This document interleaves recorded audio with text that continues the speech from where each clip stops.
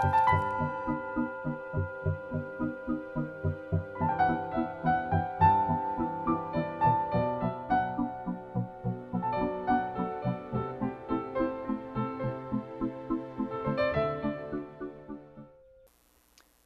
I met my teacher. Now, this is just a story, and I'm just going to tell it like a story. So it's not too formal, and I wrote it during a time when we were having intense thunderstorms. So I'm just going to read you what I wrote and try to make it real. It's really hot here. Although thunderstorms are threatening outside, it's still almost 90. I'm in my little office, it's 1 a.m. I can't sleep from the heat, from the thunder, and so on. And I'm still very sad about the passing of the very venerable Tralik Rinpoche, whose death brings home to me once again the thought of impermanence, something I would do well to contemplate more often. I guess I was looking for Buddhism early on, way back in the 1950s. We would stay up late, smoke lots of cigarettes, drink coffee, and talk about Buddhism and topics like existentialism. It was all just intellectual talk, and I think we were so serious back then. I can remember when Coltrane's album My Favorite Things came out, with the incredible piano of McCoy Tyner. I was up all night at Harvey Armstrong's second-floor apartment on Packard Street in Ann Arbor, Michigan, listening to it over and over again. The title track is still one of my favorite tunes of all time, and I mean of all time. Of course, I love Coltrane on that tune, but it's the trance-like piano of Tyner that sealed the deal for me. And there was the all-day sesshin sitting zazen with Roshi Philip Kapleau. That was when I wanted to be a Zen practitioner. Or how about the Chinese monk that Margaret and I met in Woodstock, New York, when I went there to visit a fellow astrologer. We invited him to come and live at our center, flew him out there, but it just didn't work out. I wish I could tell you that story, but it's a little too crazy for here.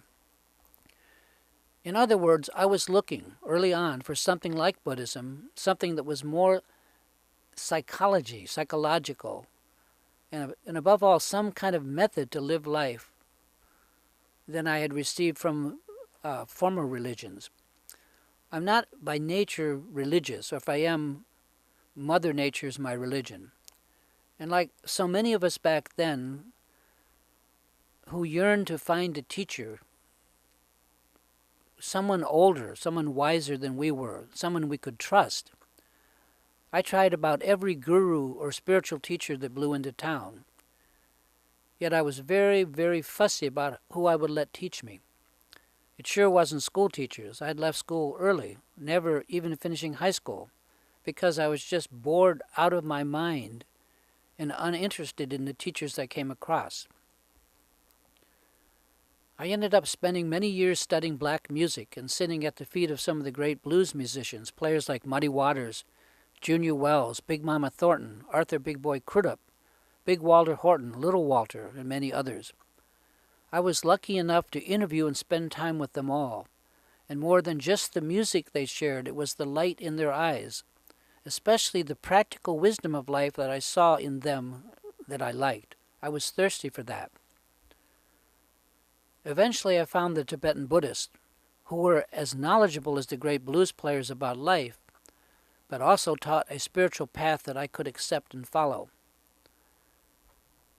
Unfortunately, the life choices or situations of many of the blues greats were not something I wanted to imitate, but their spirit and their common sense certainly was. With the Tibetan Buddhists, I found everything I needed in a single package. Today there are hundreds, if not thousands, of Tibetan monks here in this country who teach. I would have trouble knowing which ones were for me, but back then there were about none.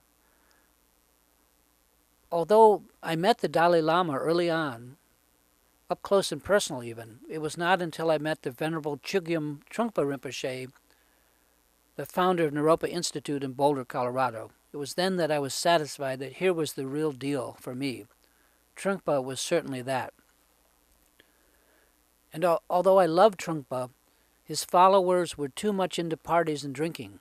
As a musician, I was already way past that, and I yearned for something simple and without a lot of baggage. I found that when I met the Venerable Khenpo Kata Rinpoche, who, believe it or not, came to me in a dream. And I'm going to tell you that story, and hopefully I'll be tired and can go to bed. This was in 1983, and I was a businessman living where I live now in Big Rapids, Michigan. I was managing my company's Matrix Software. It's an astrology company that I founded and I still run today.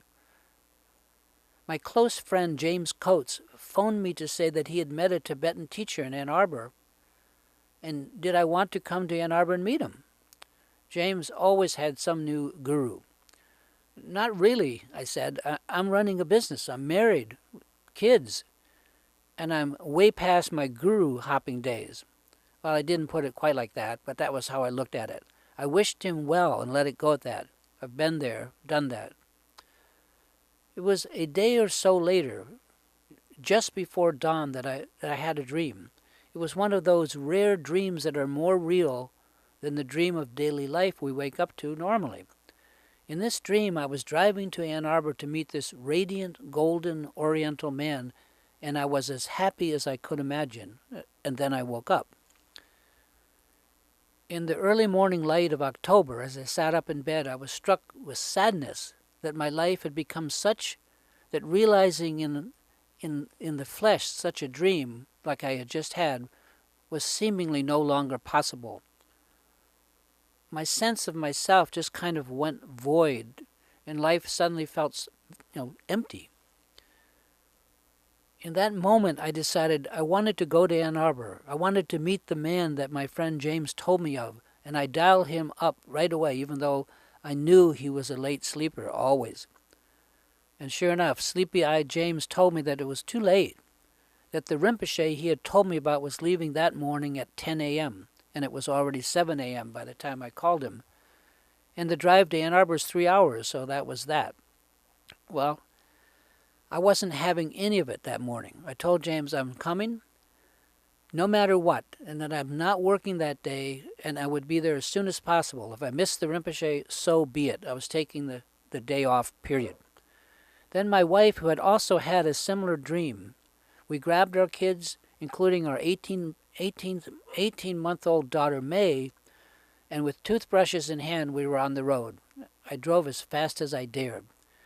James knew that we were coming, and even was waiting to flag us down at the end of the long driveway where the Rinpoche was staying, and he was going to guide us up there. The lama was still there, and as I came up the driveway, I saw a handsome but young Tibetan man sitting outside on the front steps. Whoa, this was not the Tibetan of my dreams, so I was taken aback. Then James explained that this was not Rinpoche, but his translator, Nudrup Siring Burkar, who today is one of my dearest friends. We went inside and were received by Khenpo Kata Rinpoche, who was everything that my dreams spoke of and more. He was radiant, and we were radiant in his presence. The meeting was short because Rinpoche was soon on the road and driving to Columbus to another one of his centers. However, that meeting has never ended, and we were left in a transported state. And Margaret and I wandered around for days with some kind of spontaneous compassion that gradually faded as our, bad habits regained control of us again. If we wanted to live in that state, we'd have to do some practice. Today I'm still working with Khenpo Rinpoche, who is 90 years old. His teachings and guidance have made it possible for me to be somewhat stable and to be able to share thoughts like these with you.